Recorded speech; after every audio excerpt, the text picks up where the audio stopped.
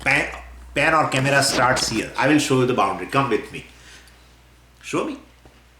Show me. If you can decide the boundaries, definitely both are independently existing. If you cannot decide the boundary, then they are non-separate. What is non-separate from what? That is to be decided. What is non-separate from what? Consciousness is non-separate from the pen, or pen is non-separate from the consciousness? Then you will have to tell. See, pen is revealed by the consciousness, and therefore pen definitely exists in consciousness. Am I right or wrong? If consciousness is revealed by the pen, then we should say the consciousness the consciousness is in pen, right?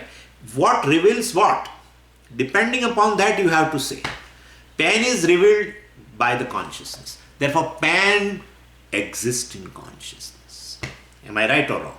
Pen exists in consciousness, and therefore the very existence of the pen is revealed by the consciousness. When you say pen is, definitely pen consciousness is. And therefore in all the revelation, whatever is revealed by the Atma, which we call it as an Anatma, and the Anatma, the category is recognized as what is revealed. An Atma category is recognized as what reveals. What reveals is Atma, what is revealed is Anatma. And therefore, basically all names and forms which are revealed by the consciousness, they are non-separate from the consciousness. Pen is revealed by the consciousness, therefore pen is non-separate from the consciousness, because you cannot tell me the boundary of consciousness and the boundary of pen. Then if boundary of pen and consciousness are different, pen is not revealed by the consciousness. Pen is in consciousness. Pen is in consciousness. It is not like that water is in a vessel. It is, don't think that way. Don't think that way. Still the water has its own boundary and vessel has its own boundary. Here you cannot decide. You cannot decide. So non-separate also should not create any kind of a confusion in your mind. Non-separate could be like this also. This is non-separate, right? But it has its own boundary. And therefore they are independently existing. So anything, body is a non-separate from this consciousness or objects.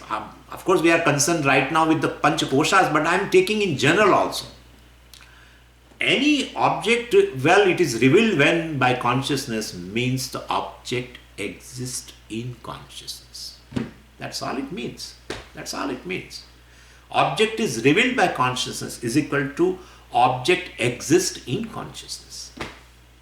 Well, therefore its existence is also not dependent, right? Its existence is not independent. What's existence? What is revealed, the existence of what is revealed cannot be independent of consciousness. That is what it means by non-separate. Non-separate is in this way. We have to understand. That is why I said we cannot decide the boundary. See, things are non-separate yet they have boundary. I will give you another example. Of course, this is very simple thing. But suppose your clothes are there. Clothes totally cover the body. Body is non-separate from the clothes. Totally. Suppose it is possible that we cover totally because of winter or something. Totally we cover. So body is non-separate from the clothes. But still there is a boundary of clothes and boundary of the body. Right? So that kind of a non-separation is not. That's not here. Every body is in consciousness. Madiyatvena jnatam. Body is known as a mind. Body is revealed as a mind. By consciousness, definitely. Therefore, the entire body exists in consciousness, sir. Not the boundary like the clothes. That's not like that.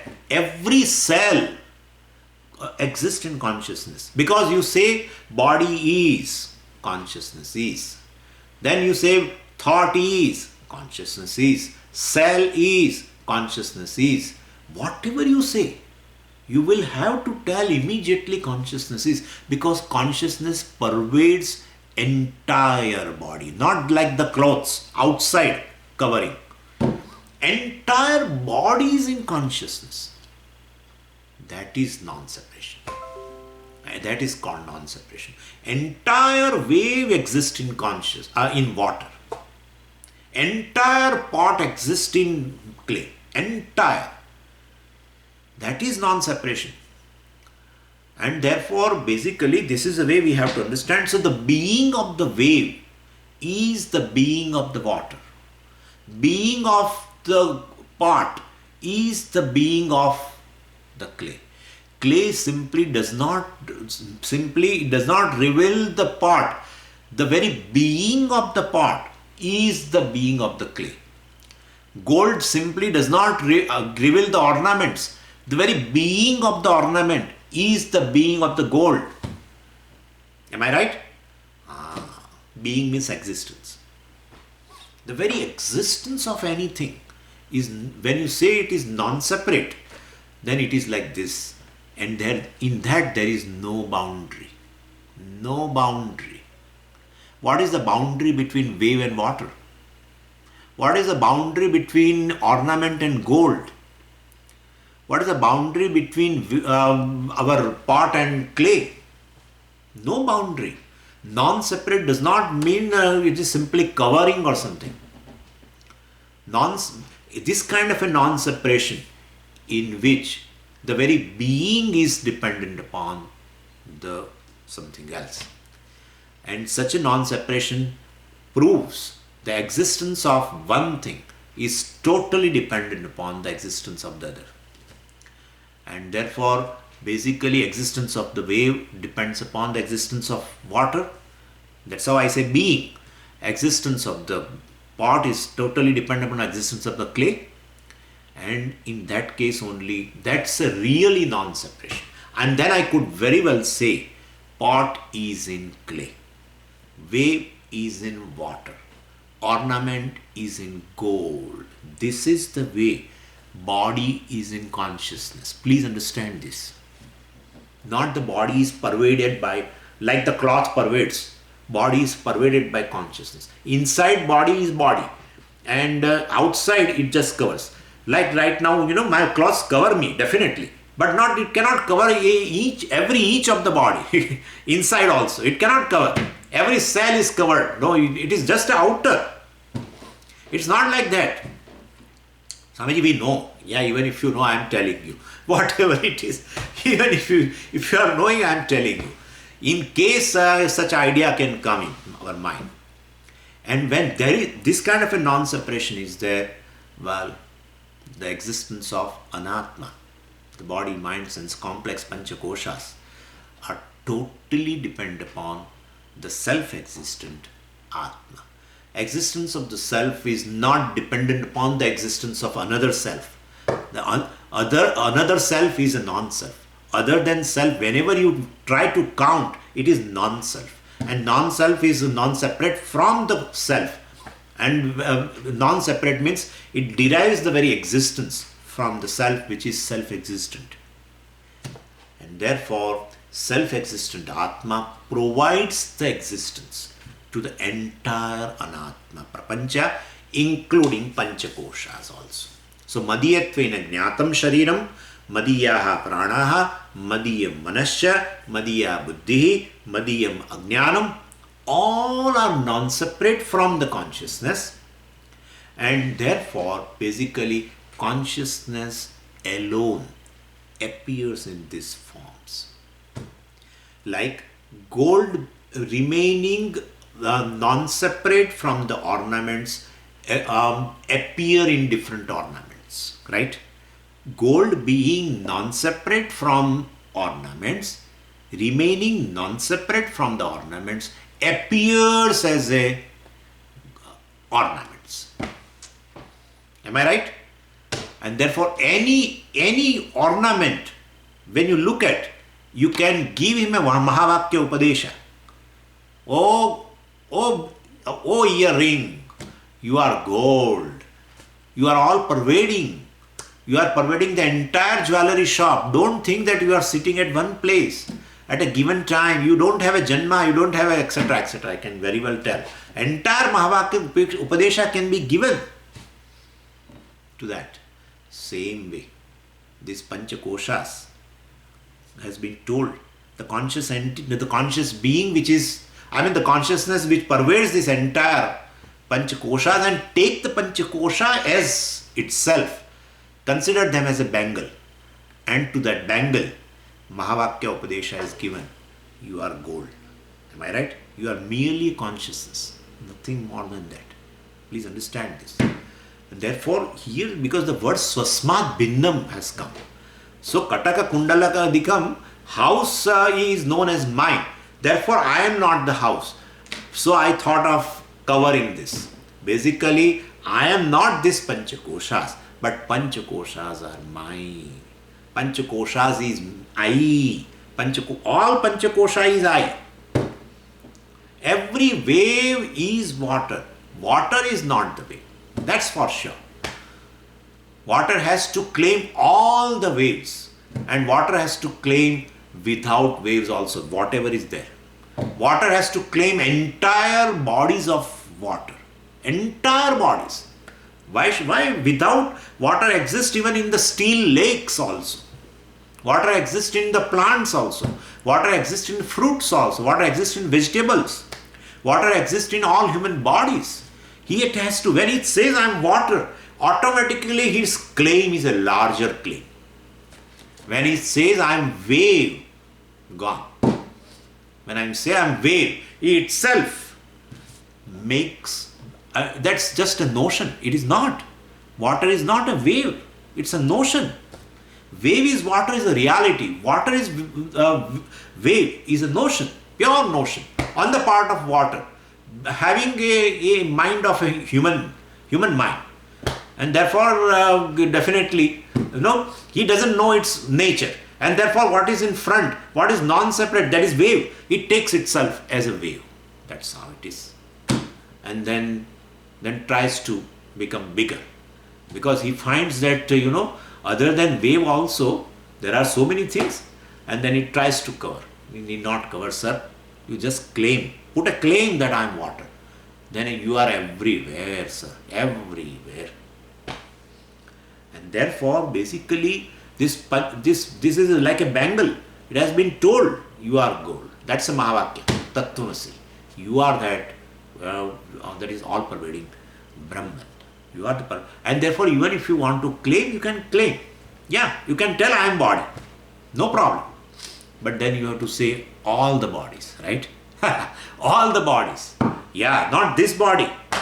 Not this body. You have to tell I am all the bodies. I am entire gross prapancha. Why am I all simply gross body? You should tell I am all entire prapancha. I am all elements. And I am all elemental worlds. That is what it is. The upasana is this. Always upasana, Virat upasana is this way. I am everything. That's how Virat upasana is, Ahandra upasana they do. So Virat Purusha, they superimpose upon themselves. That's how they superimpose. So I am the seer in all. I am hearer in all. That's how the Upanishad Vakyas are also there. I am seer in all. I am not just this seer. In this body, because the identification has gone with this particular subtle body. Therefore, now you can claim all the subtle bodies are your bodies. And all the ahankaras are your ahankara. Everywhere the manifestation of I is you only, sir. It's only you. But Swamiji, that I is different and this I is different. I know what I am. He says when I, then it is, actually she is speaking. And when I say I, then he is speaking. He and she, differences, can't you find? Don't you know the difference? Yeah, that difference does not belong to I. The difference belongs to the body. When you say male and female, or when you say I am good and you are bad, or whatever, and therefore he says I am bad and he says I am good, that difference belongs to the mind. Who says they are not different? We are not telling there is one mind. We are not telling that one subtle body. We are saying thousands and crores and billions of subtle bodies are there, and billions of gross bodies are there, and billions of senses are there, billions of, intellect are there, billions of mind is there, the seat of emotions are there. And every individual has, there is ignorance also, individual upadhi also is there. So we don't say that. And therefore your ignorance will be different from my ignorance, is definitely, because you say ignorance pertaining to this, I have ignorance pertaining to Sanskrit, I say I have ignorance pertaining to engineering. No problem. That's not a problem. This does not belong to I. Your I has become very large. Very large. That is how they say Swasmat Bhinnam. Swasmat Bhinnam is different from me. So you give up the identification with Anatma, which is revealed by you, which existence is also proven by you. Well, and therefore, basically you are not in now only in this form. You are this physical body, you are other physical body, you are that physical body, you are that physical body. Consciousness, basically, if you say all the elements are born from the consciousness, then definitely all the elementals, all the gross bodies, all the subtle bodies, all the causal bodies, all belong to you. They are non-separate from you. Once water gives up an identification with a particular wave, that I am wave. Wave is non-separate from the water, and water has got a human mind, and then it says that, well, I'm not water, but I am wave. Then definitely we will have to tell him that you are not only these waves, sir, you are water, and therefore you are all the waves. You are all the waves, you are ocean, you are everything. You are all pervading. You are all pervading. We have to give this knowledge to, because of the human mind, self-confusion can arise, even if you fit that mind into that. Anyway, so that not just revelation, the beingness, the very existence also is proven by the Atma. That's what I mean. So here Pancha Kosha Atitaha. So definitely I am distinct from these 5 koshas. No problem. You are this Pancha Kosha, but not only this Pancha Kosha, all the Pancha Kosha. And therefore, Swasmat Bhinnam is told because when you say this is my body, then you give up the claim on all the bodies. We don't want to give up the claim. And therefore I want to be a larger claimant. And therefore, that's how. So you start initially like that. What is known to you is definitely is non-separate from you, and what is existent, what is a being to all this physical body, etc. That being also is belong to you, because you are self-existent and providing existence to everything, and therefore the consciousness pervades all the bodies. Consciousness pervades all the mind, senses, everything. This is how it has to be known. And so through Panchakosha Atita Prakriya also one can definitely know oneself. Now we will have to discuss the time. So for that matter we will have to read that definition of the Sat, because Satchidananda, now we have negated everything. Now what we are seeing is what is the Swarupa of Atma? Atma tarhikaha Satchidananda Swarupaha Satkim Kalatrayapi Tishtati Iti Sat. So Atma tarhikaha, then what is Atma? You are saying Panchakosha Atita, etc., etc. Of course we have seen what is Satchidananda, but then now really what is the nature of Atma has been revealed. Negation part is over. So Satchidananda, the nature, existence and the consciousness, fullness is the nature of me, nature of I. Now what is Sat? What is existence? I am existence means what? Kalatrayapi tishtati iti Sat. That which stays in all the 3 periods of time. All the 3 periods of time means past, present, future is Sat. That is Sat. Now yesterday we were saying this past, present, future, right? So that's indicating a time. And then we also introduced a topic called that the greatest myth in the creation is a time. Myth means mithya. basically. So therefore in English also myth is there, and Sanskritam mithya is there. So that is very well. I mean, it's the greatest myth. So the Ishvara is from the standpoint of creation is Brahma. From the standpoint of a sustaining, it is called Vishnu, and from the standpoint of taking back the creation, we call it as Rudra as such. So Brahma, Vishnu or Mahesha, they call Parameshwara, but basically Rudra actually. So we take that way, and therefore here we don't generally use words destruction. Puja Swamiji used to always narrate that this destruction, calling Parameshwara as a destroyer, this doesn't fit well. So he takes it back. And then the example, of course, in the Shastra is there, and that example is of a Urnanabi called a spider, etc. The spider, basically the small spider, not the big spider which makes the whole web, but there are small spider in India. Basically, it from the wall, one part of that the thread which comes out from his mouth, it sticks it to the wall, and from there, with the help of that, it comes down, and bringing out that from that liquid which is inside the body. It will bring it through the tubular structure. It brings out a small, the very thin thread, and with the help of that, it is coming down. And when you touch that, when it comes near, if you touch that, spider, that small spider called Luta, if you touch it, it goes back.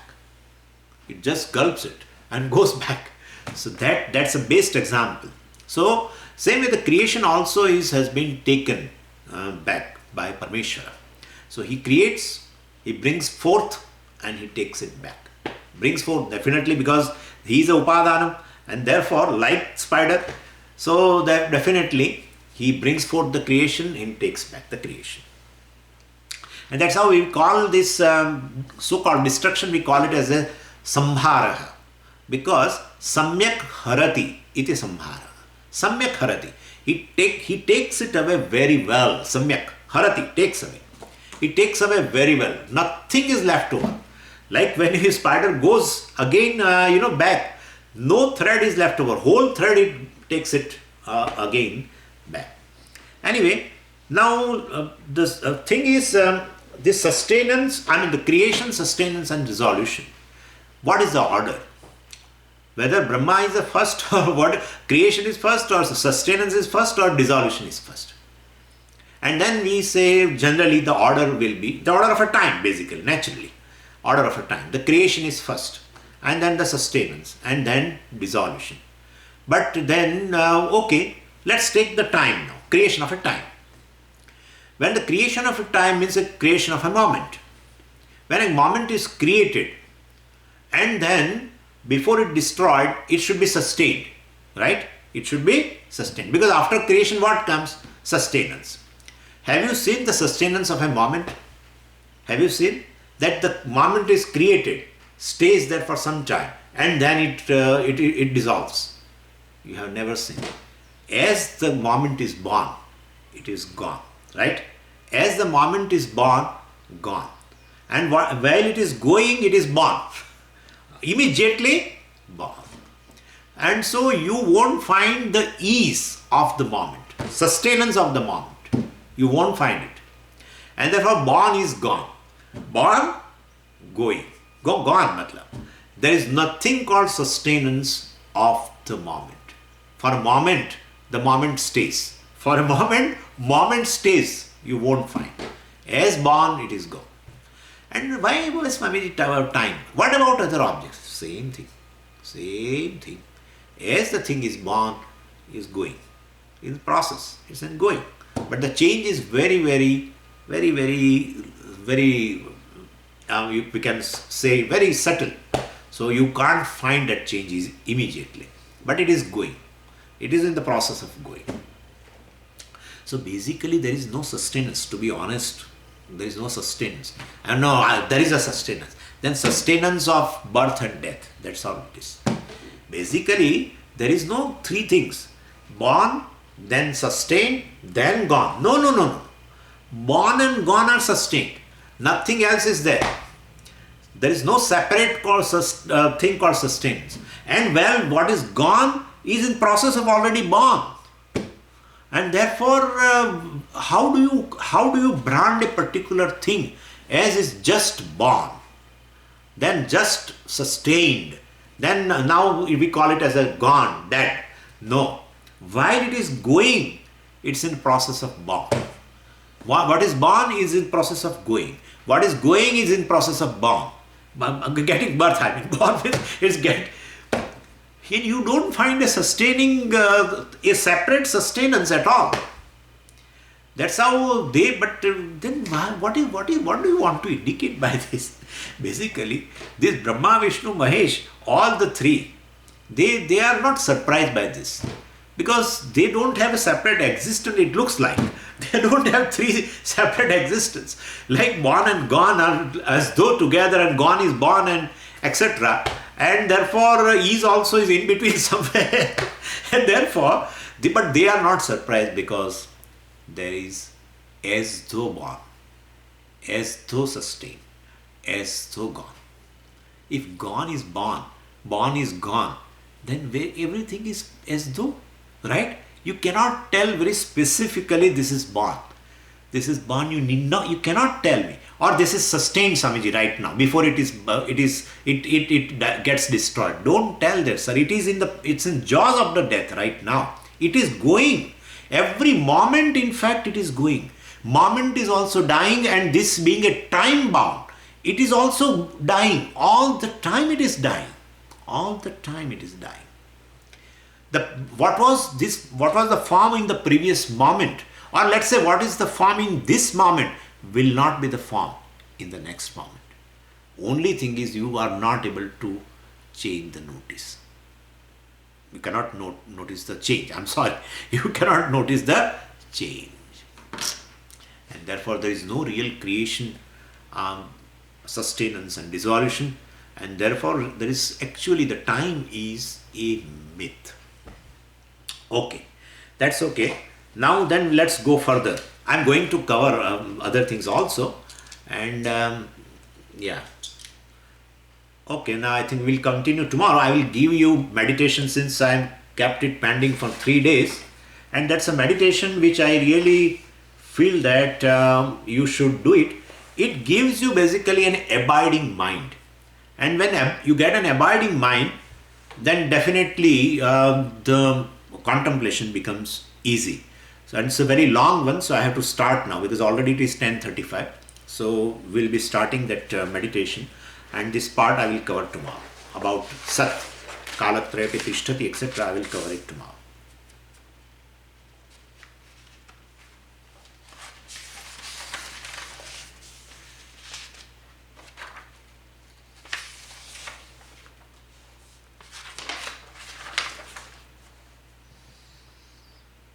An abiding mind knows no problem.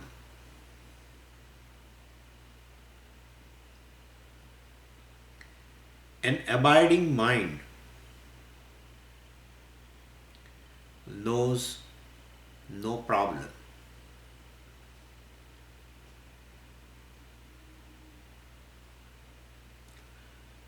A problematic mind is one that does not abide, that reacts.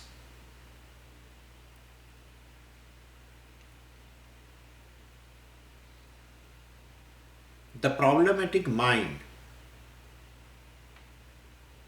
is one that does not abide but reacts. To neutralize reactions, we have no means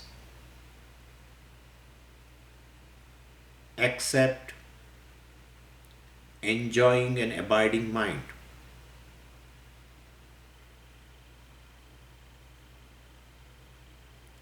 Silly things become very great and profound for the reacting mind.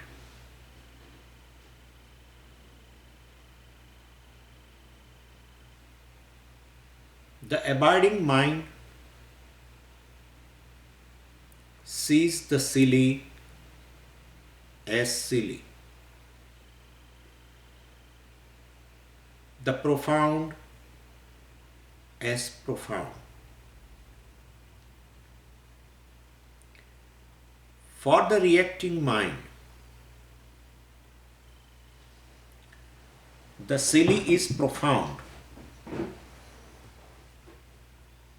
important, the profound, forgotten.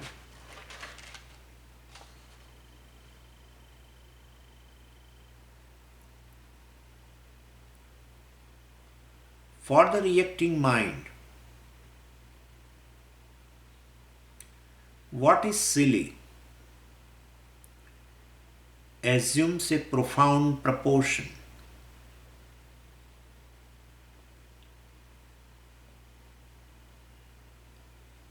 What is profound is just not thought of.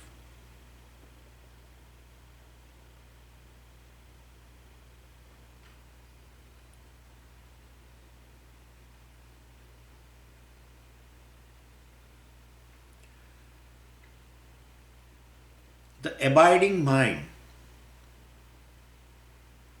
is concerned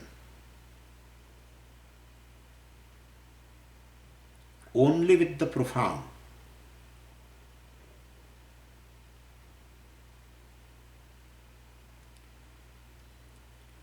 It concerns itself only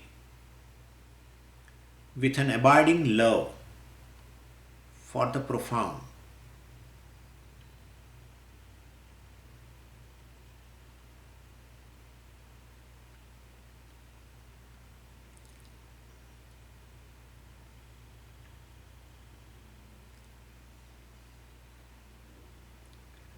This abiding mind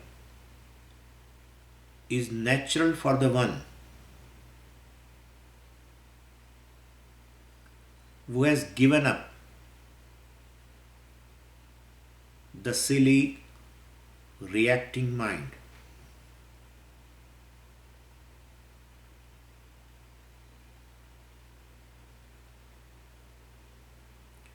The mind that abides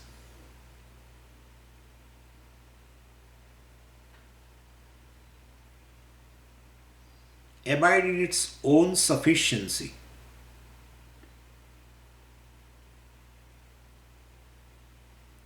If it reacts, then the knowledge has not seeped into me.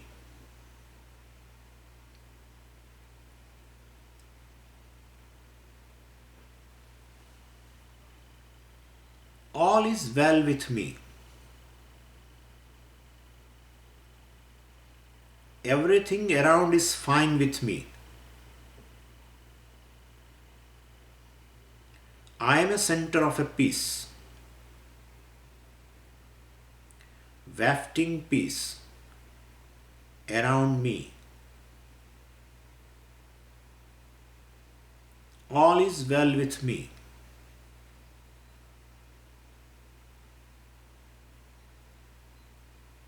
Everything around is fine for me.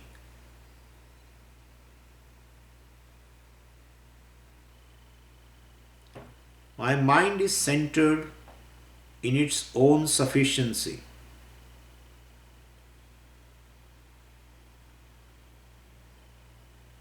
My mind is centered in its own sufficiency.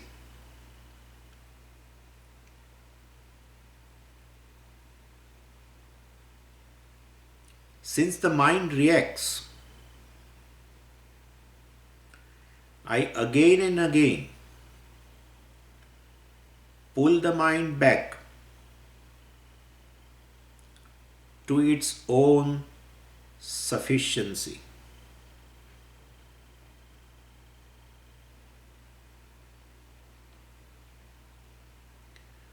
यतो यतो निश्चरति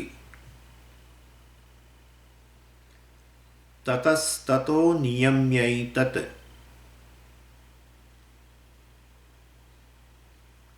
यतो यतो निश्चरति ततस्ततो नियम्यैतत्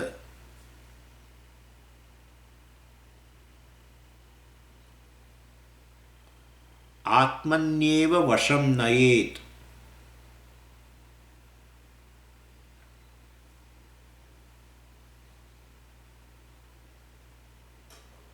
Whenever the mind reacts, the moment I realize its reaction,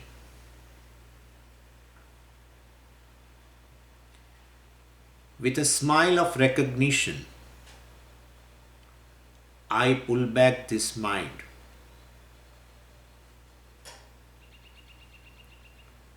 O silly mind, why react? Be unto yourself. Abide in yourself. Come back.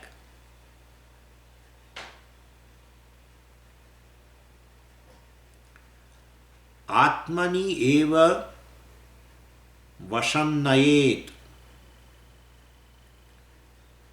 Atmani vasham nayet. Antaratmani. Shante atmani vasham nayet.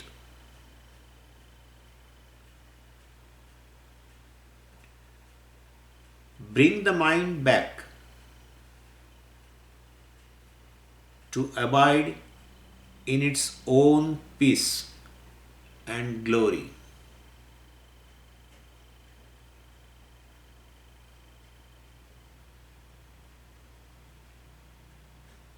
When it reacts,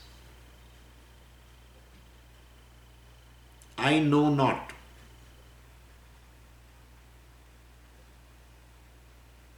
I build up thought by thought. I just keep building up to a point when I become the built up thought.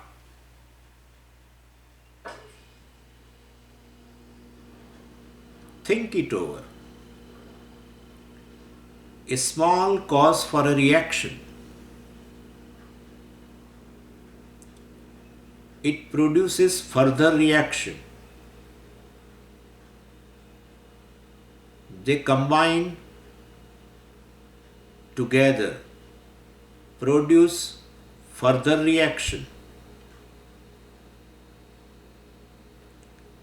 I have an inner built up.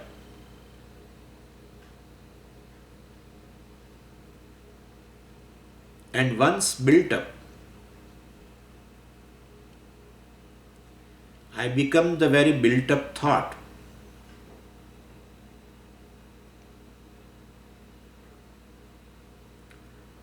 To get out of it is only to find again, true to the teaching, the sufficiency in myself.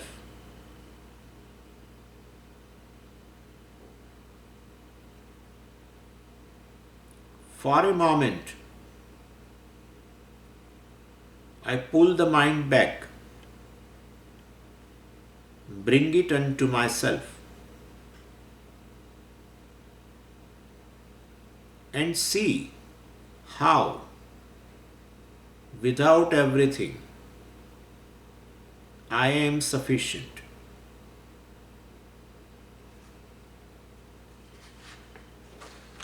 I lack nothing.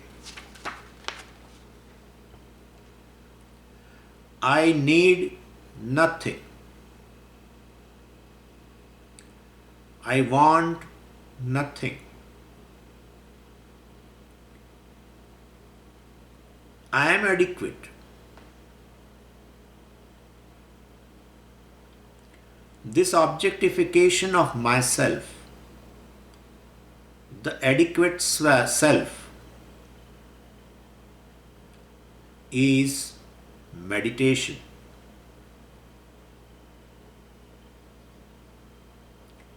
It is not an act specially undertaken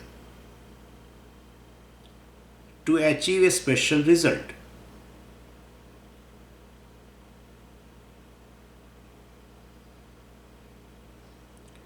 Because we look upon meditation as a special action, we don't change. We expect that special action will produce some result later.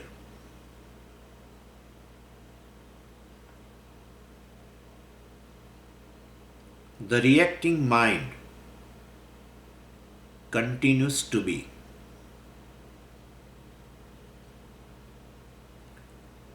Freedom from reaction is meditation. To free myself from reaction is meditation. A knack that frees me from such reactions.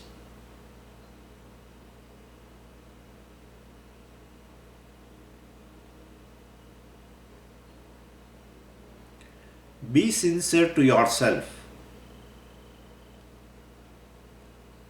Look into yourself.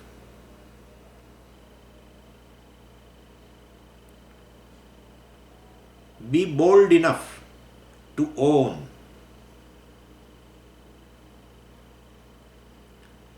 how many times I reacted.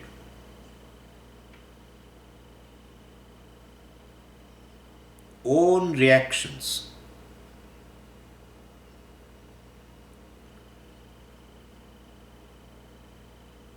The mind is capable of laughing it all away.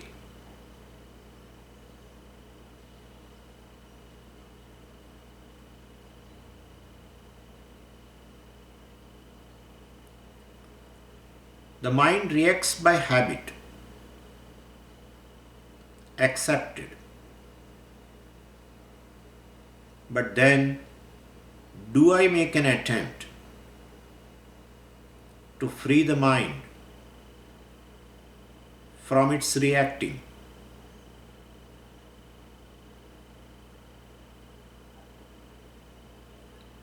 Do I make an attempt? A moment to moment attempt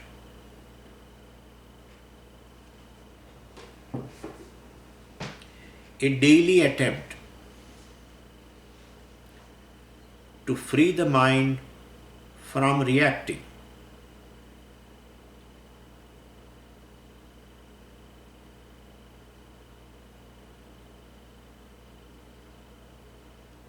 An abiding mind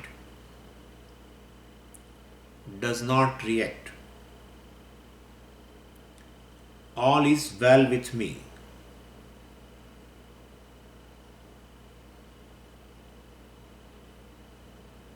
All is well with me.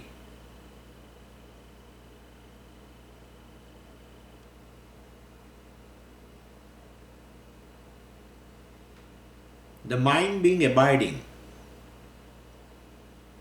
in itself,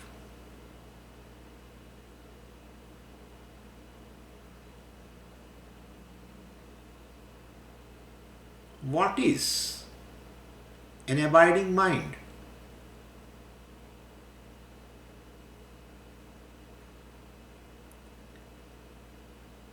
I hear the music of the birds.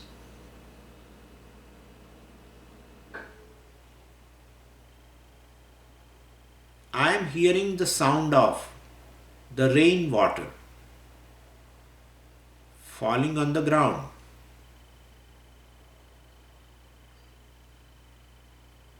I just keep on listening to the falling water. Keep on listening. I just keep listening to the sound of rain.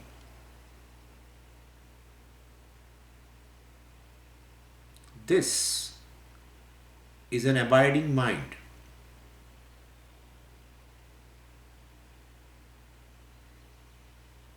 Much more abiding.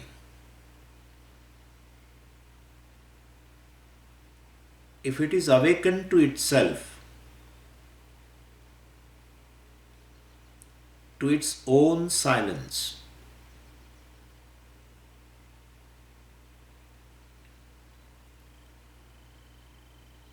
the abiding mind is silent.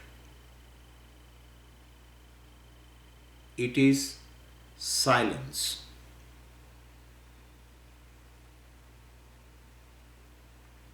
I am silence.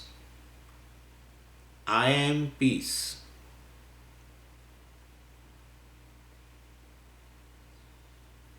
I am undisturbed by the sound of the rain.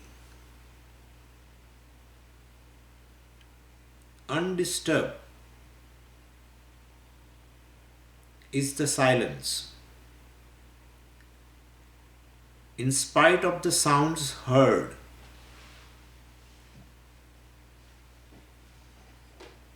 I am hearing the sounds. The mind is silent.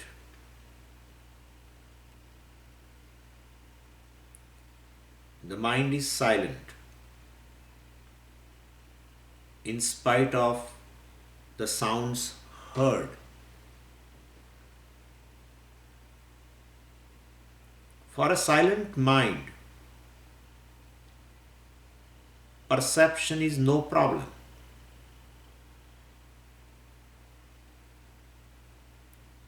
For a silent, abiding mind,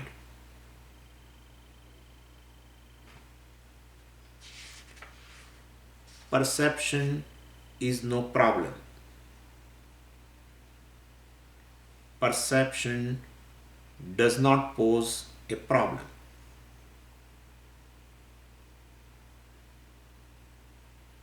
I hear the sound, and yet silent is the mind. Silence is the mind.